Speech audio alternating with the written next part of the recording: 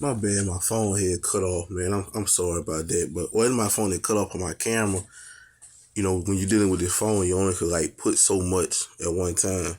And so it'll shut down and you have to start over. My bad about that. But I was speaking on the Cowboys at Rams game.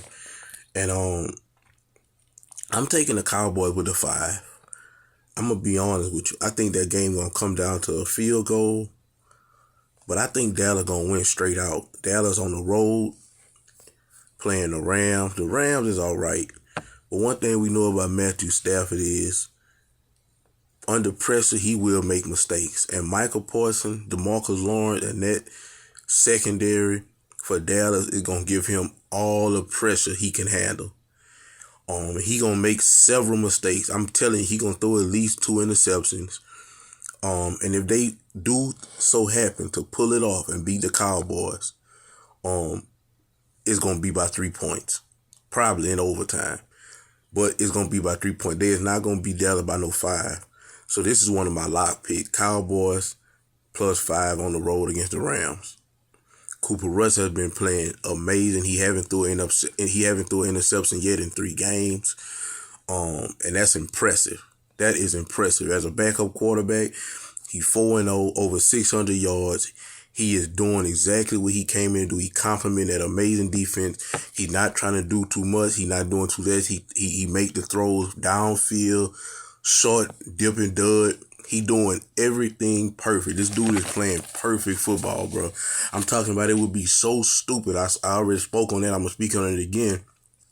But it would be so stupid for them to allow Dak to come back in with his bum self and mess the chemistry up with these Dallas Cowboys. The Dallas Cowboys is one of the dangerous teams. And if they continue to play like this, that defense and Cooper Rush stay as they signal caller, I feel like they can make a deep run. And this coming from somebody who hate the Cowboys, because that defense is too much right now. It's putting too much pressure. Then you got Trayvon Diggs in the secondary. He's snatching everything out the air. This man ball skills is impeccable. He play like a receiver cornerback. Like it's just second nature for him to catch the ball. But his brother Stephon Diggs for the Buffalo Bills is a receiver, so I guess they come up, playing each other. That made him better. But this dude the truth. So they got a defense on the hand that's gonna give anybody problems. I'm gonna be honest with you. I don't even want to play him. And I'm a Packer. But I definitely lock Cowboys in to win that game straight out. And if not, they going to cover the points, which they getting 5 points. And they going to be good with them 5. Because if the Rams win, once again, it's only going to be by 3.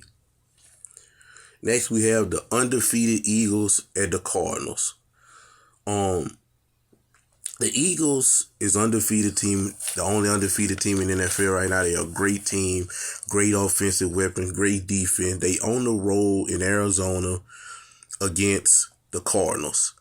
The Cardinals is a decent team. They without AJ Green, they without DeAndre Hopkins, they without JJ Watt. But they still got Kyler Murray. He's a decent quarterback. He's above average. Him and Jalen Hurts pretty much the same. You know what I'm saying? Only thing different, he got paid. Jalen Hurts about to get paid. But I feel like the betting in me. Now the Cardinals getting 5.5. You would think as good as the Eagles is, plus the player that's missing for the Cardinals, it would be way more than 5.5 they giving the Cardinals. They know something we don't know. But the gambling me is telling me to take the Cardinals with the 5.5. The Eagles undefeated, and I feel like this day week to lose. So I'm taking the Cardinals 5.5. I'm taking the Cardinals plus 5.5. That's one of my upset picks for the week. Next, we have Sunday Night Football. This is one of my lock picks. It's the Bengals on the road at the Ravens. Of course, we know what the Ravens is. We know what Lamar is. They're a great football team. Lamar, he on a pace to get an MVP, another MVP. But the Ravens at home giving 3.5 points to the Bengals, the AFC champ. This is a division game, and if anything, it's going to come down to 3. So 3.5 with the Bengals. I'm taking those 3.5 with the Bengals. That's one of my lock picks. I'm guaranteeing that to come through Sunday Night Football. And last but not least, we had the Raiders at the Chiefs. That's Monday Night Football.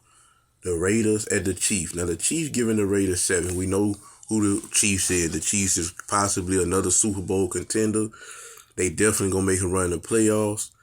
But this is a division game, and the Raiders, they got a good division win last week. I feel like this is their week to win and get a good division win. I think they're gonna, because this game mean a lot for them. This game mean a lot for the Raiders.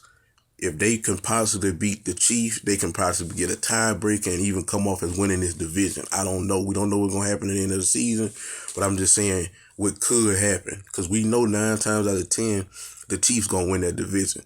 So every time somebody in that division play the Chiefs, if they do lose, they going to fight to the bottom of they going to fight tooth and nail for the simple fact that Chiefs is the favorite to win the AFC West.